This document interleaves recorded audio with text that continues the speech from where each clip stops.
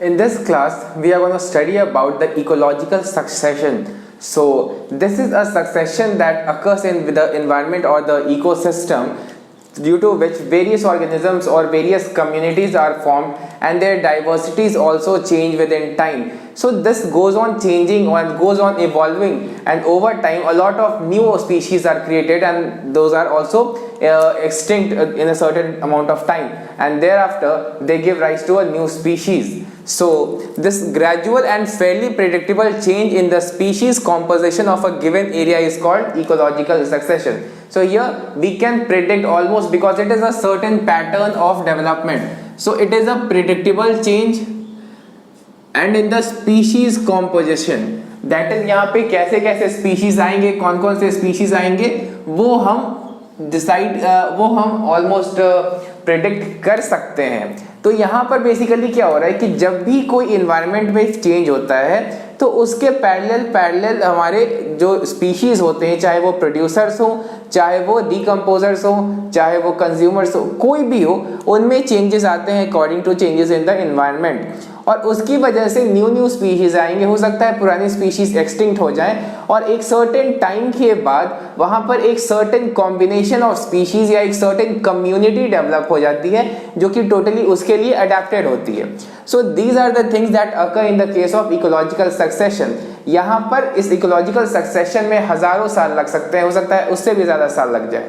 तो यहाँ पे अल्टीमेटली इस जो भी प्रिडिक्टेबल चेंज हो रहा है स्पीशीज कॉम्पोजिशन में, उस दौरान बहुत सारे स्पीशीज आते हैं, बहुत सारे स्टेजेस आते हैं डिफरेंट कम्युनिटीज के.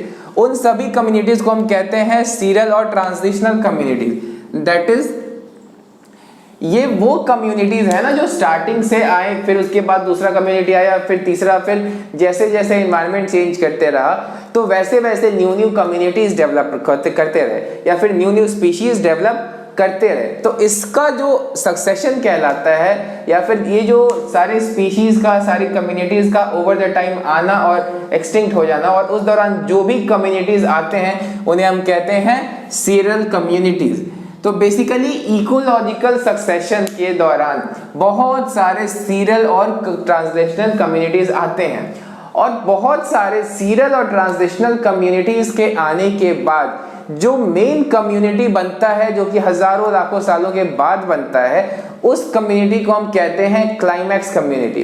तो इकोलॉजिकल सक्सेशन के टाइम पे बहुत सारे कम्युनिटीज आते हैं, या फिर उन्हें हम कहते हैं सीरियल स्टेजेस. और बहुत सारे सीरियल स्टेजेस आने के बाद, या फिर ट्रांजिशनल कम्युनिटीज आने के बाद, जो अल्टीमेटली मेन पॉपुलेशन बनता है प्रोड्यूसर्स, कंज्यूमर्स और कार्निवोरस, हर्बीवोरस या जो भी ऑर्गेनिजम्स हैं, उन सभी का, उसे हम कहते हैं क्लाइमैक्स कम्युनिटी. यानी कि this is the final community of ecological succession. तो यहाँ पे बहुत ही ज्यादा स्टेबिलिटी होती है, stable self perpetuating biotic community that develops at the end of biotic succession. तो इकोलॉजिकल सक्सेशन के एंड पे जो हो रहा है उसे हम कहते हैं, जो हमारा फॉर्म हो रहा है उस कम्युनिटी को हम कहते हैं नॉर्मली क्लाइमैक्स कम्युनिटी. तो क्लाइमैक्स कम्युनिटी में हर चीजों का बैलेंस होता है, प्रोड्यूसर्स का, डिकम्पोजर्स का, कंज्यूमर्स का, उन सभी का एक कम्युनिटी का बैलेंस होता है. लाइकवाइज उनके अंदर जो इन्वायरमेंट है, जैसा इन्वायरमेंट डेवलप हुआ है, उनके अंदर उन इन्वायरमेंट में रहने के लिए अडेप्टेशन हो जाता है इतने सालों के अंदर. तो इकोलॉजिकल सक्सेशन में बहुत सारे सीरियल स्टेजेस से होते हुए अल्टीमेटली हम पहुंचते हैं क्लाइमैक्स कम्युनिटी तक, और वहां पे काफी ज्यादा स्टेबिलिटी होती है.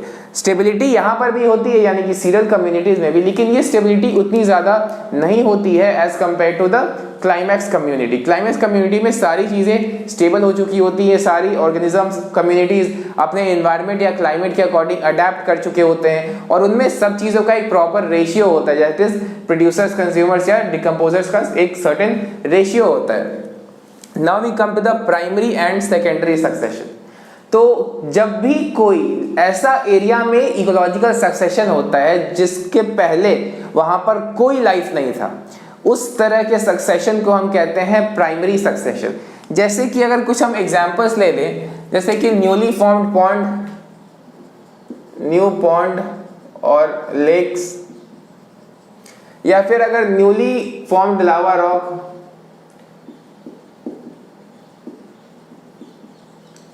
तो अगर हम बात करें न्यूली फॉर्म्ड वाटर बॉडी की, तो उसमें तो पहले से फिशेज या फाइटोप्लैंक्टन या ज़ूओप्लैंक्टन ये तो होंगे नहीं। तो किसी न्यू पॉन्ड में या लेक में जब लाइफ का ट्रांजिशनल स्टेजेस चल रहा है, यानी कि सीरल और ट्रांजिशनल कम्युनिटीज आ रहे हैं और जा रहे हैं, तो वैसे केस में हम कहेंगे कि वहां पर प्राइमरी सक्सेशन हो रहा है। यानी कि प्राइमरी सक्सेशन वहां होता है जिसके पहले वहां पर कोई लाइफ नहीं था, और सेकेंडरी सक्सेशन ऐसी जगहों पर होता है जहां पर पहले तो लाइफ था लेकिन अभी ना के बराबर लाइफ है। जैसे कि मान लीजिए किसी जंगल में आग लग जाता है, तो उसके पहले जंगल में बहुत सारे जानवर और पेड़ पौधे होंगे, लेकिन वहां पे आग लग गया तो जिसकी वजह से वो सभी खत्म हो गए। तो उस केस में हम कहेंगे कि उसके बाद जब वहां पे इकोलॉजिकल सक्सेशन होगा, फिर से new plants new animals develop होंगे, तो वैसे में हम कहते हैं कि वो एक एग्जाम्पल है सेकेंडरी सक्सेशन का। यानी कि ऐसे एरिया में अगर इकोलॉजिकल सक्सेशन होता है जहां उस इवेंट के पहले लिविंग ऑर्गेनिज्म सरवाइव करते थे, तो उस जगह के सक्सेशन को हम कहते हैं सेकेंडरी सक्सेशन। यानी कि प्राइमरी में ऐसी जगह पे हो रहा है जहां पे पहले कोई लिविंग थिंग नहीं था, सेकेंडरी वहां हो रहा है जहां पहले कोई लिविंग थिंग थे, पहले लिविंग थिंग्स और वहां पे एग्जिस्ट कर रहे थे। तो सेकेंडरी सक्सेशन में पहले से सॉइल होता है, कुछ हद तक ऑर्गेनिजम्स हो सकते हैं, तो इसीलिए जो सेकेंडरी सक्सेशन है वो बहुत फास्टर होता है as compare to primary succession. फिर भी सक्सेशंस में 100 से लेकर 1000 ईयर्स लग सकते हैं और मे बी उससे ज्यादा लग सकते हैं। अब कुछ स्पीशीज होते हैं जिन्हें हम कहते हैं पाइनियर स्पीशीज। तो ये ऐसे स्पीशीज होते हैं जो कि जनरली किसी एरिया में सबसे पहले सरवाइव करते हैं। सबसे पहले सरवाइव करने का मतलब ये है कि जहां पर कोई लिविंग ऑर्गेनिज्म पहले से नहीं रह रहे हैं, वहां पर जाके ये सरवाइव कर लेते हैं और वहां पे लिविंग सिस्टम का स्टार्ट करते हैं। फॉर एग्जांपल लाइकेंस भी हो सकते हैं, फॉर एग्जांपल वाटर में फाइटोप्लैंक्टन्स भी हो सकते हैं। तो इसके एग्जांपल्स है बेसिकली ये दोनों। यानी कि अगर हम पाइनियर स्पीशीज के एग्जांपल ले, तो अगर हम टेरेस्ट्रियल इकोसिस्टम की बात कर रहे हैं जहां पर की सॉइल है, तो वहां पर लाइकेंस हो सकते हैं पाइनियर स्पीशीज। अगर हम वाटर में सक्सेशन की बात करें तो वो हो सकता है फाइटोप्लैंक्टन्स। तो ये दोनों हो गए हमारे पाइनियर स्पीशीज। तो दो तरह के सक्सेशंस होते हैं, एक है हाइड्रार्क और दूसरा है जेरार्क। तो हाइड्रार्क सक्सेशन उस एरिया में होता है जिस एरिया में बहुत ज्यादा वाटर हो, या फिर इनफैक्ट ये वाटर बॉडी में रिवर्स, पॉन्ड्स, लेक्स ऐसे जगहों पे हो सकता है। और जो हमारा हाइड्रार्क सक्सेशन है वो ऐसी जगहों पे भी हो सकता है जहां पे स्वैम्प हो, यानी कि जो मडी एरियाज होते हैं, जो स्वैम्पी एरियाज होते हैं। तो वैसे एरिया या वाटर बॉडी में अगर इकोलॉजिकल सक्सेशन होता है तो उसे हम बोलते हैं हाइड्रार्क सक्सेशन। अगर किसी ड्राई एरिया में, किसी प्रॉपर टेरेस्ट्रियल जगहों पर अगर इकोलॉजिकल सक्सेशन होता है तो उसे हम कहते हैं जेरार्क सक्सेशन। अब दोनों के दोनों, यानी कि जेरार्क सक्सेशन हो चाहे हाइड्रार्क सक्सेशन हो, दोनों के दोनों मेजिक कंडीशंस पे ले चलते हैं, क्योंकि मेजिक कंडीशन सबसे स्टेबल फेज होता है। तो अगर कोई वाटर बॉडी से भी सक्सेशन हो रहा है तो वो भी मेजिक तक ही पहुंचेगा, और किसी जेरार्क सक्सेशन हो रहा है तो वो भी मेजिक तक ही पहुंचेगा। तो अगर हम एक जेरार्क सक्सेशन की बात करें तो ये हो सकता है लाइकेंस, ब्रायोफाइट्स, हायर प्लांट्स हो सकते हैं। तो जेरार्क सक्सेशन का एक एग्जांपल हो गया। अगर हम हाइड्रार्क सक्सेशन की बात करें तो हाइड्रार्क सक्सेशन वाटर में हो सकता है। तो वाटर में फाइटोप्लैंक्टन्स, रूटेड सबमर्ज्ड प्लांट्स, फिर रूटेड फ्लोटिंग प्लांट्स, फिर फ्री फ्लोटिंग प्लांट्स, फिर मार्श मीडो, श्रब और ट्रीज। तो ये सारे स्टेजेस हो सकते हैं in the case of hydrarch succession. तो यहाँ पे हो जाएंगे जो प्राइमरी या पाइनियर स्पीशीज है फाइटोप्लैंक्टन, और जेरार्क सक्सेशन में हो जाएंगे लाइकेंस। सो इसी तरीके से डिफरेंट टाइप के सक्सेशंस हो सकते हैं। नाउ दोनों जो टाइप के सक्सेशन है वो अल्टीमेटली मेजिक कंडीशन तक ही ले जा रहे हैं, क्योंकि मेजिक कंडीशन बहुत ज़्यादा स्टेबल माना जाता है। उसमें अलग अलग टाइप के प्लांट्स होंगे, बहुत सारा स्पीशीज डाइवर्सिटी होगा, और जब ये दोनों मेजिक स्टेज पे पहुंच जाएंगे तो उसे हम कहेंगे कि वहां पर क्लाइमेक्स कम्युनिटी का डेवलपमेंट हो गया।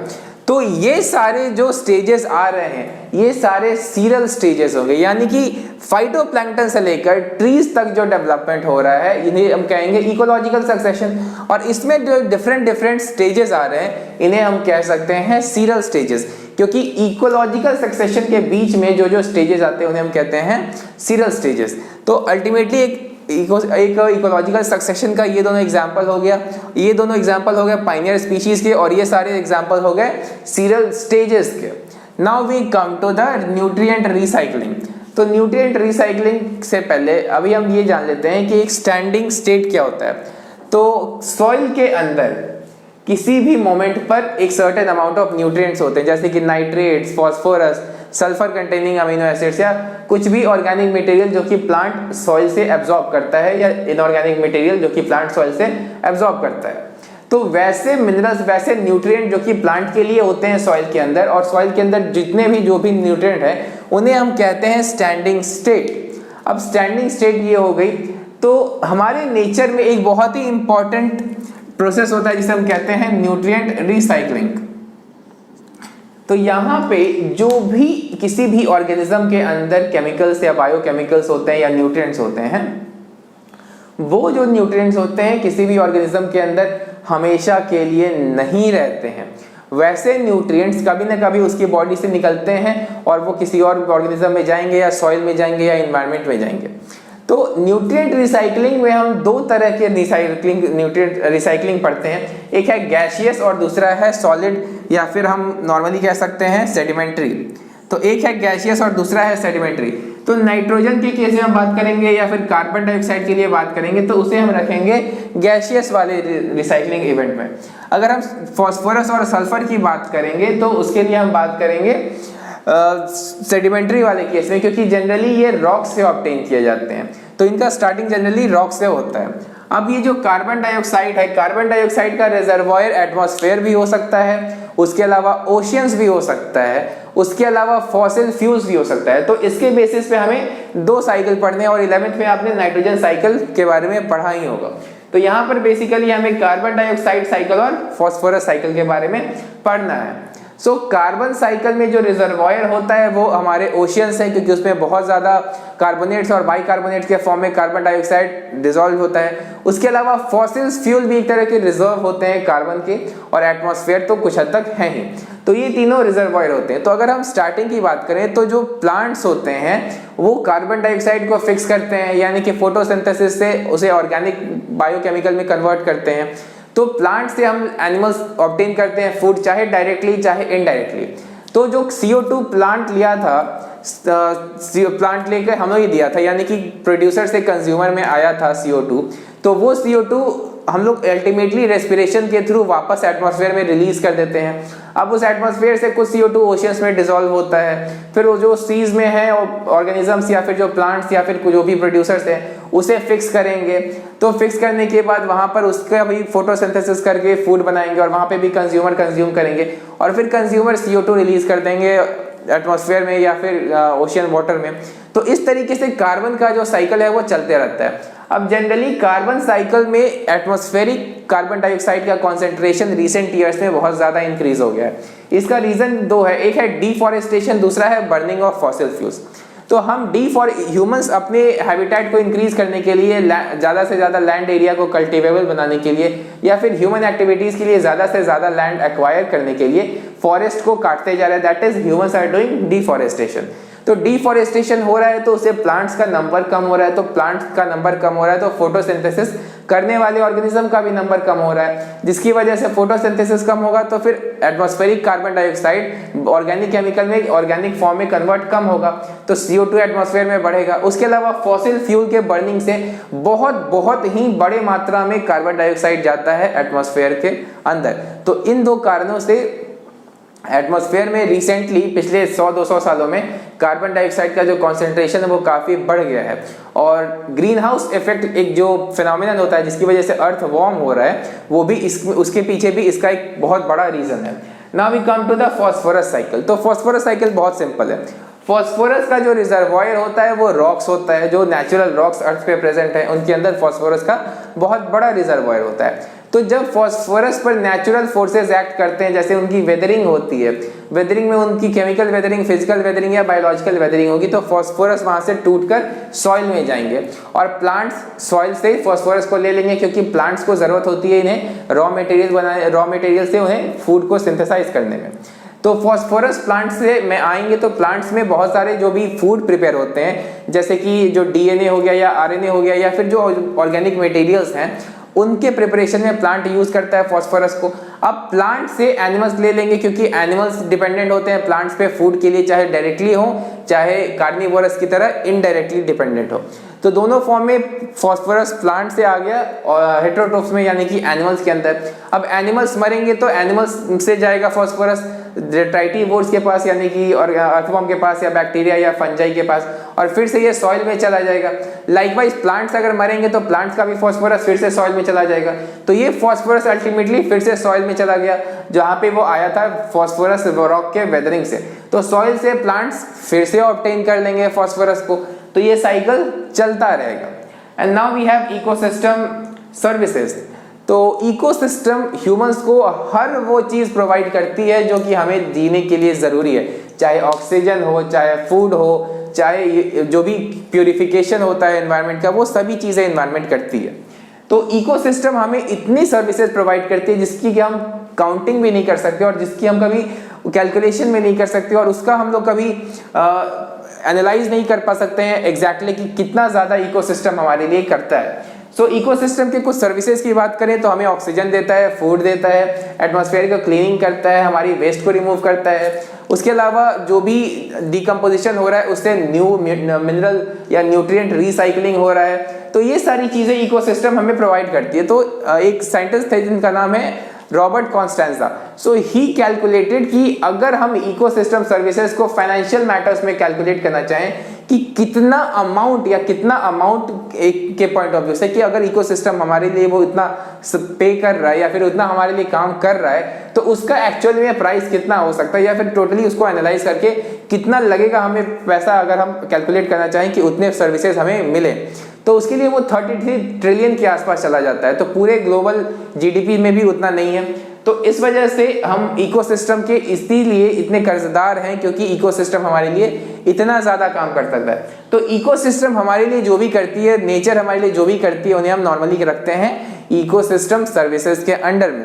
तो we as a humans utilize and we are totally dependent on the ecosystem services for certain things like oxygen, pure water. So there are many things that we are dependent. हम forest से बहुत सारी medicinal plant से medicine obtain करते हैं, food obtain करते हैं, firewood, likewise हम यहाँ से फ्यूल ऑब्टेन करते हैं। तो इनन्यूमरेबल चीजें हम ऑब्टेन करते हैं इकोसिस्टम के through. So now we have seen just a quick summary of the remaining parts of this chapter, and so the second chapter of ecosystem or the ecology is now over. So we have just dealt in a very brief summary of this chapter because as it is a crash course class, I cannot go into detail of any of these topics. So now we have completed this second chapter of ecology.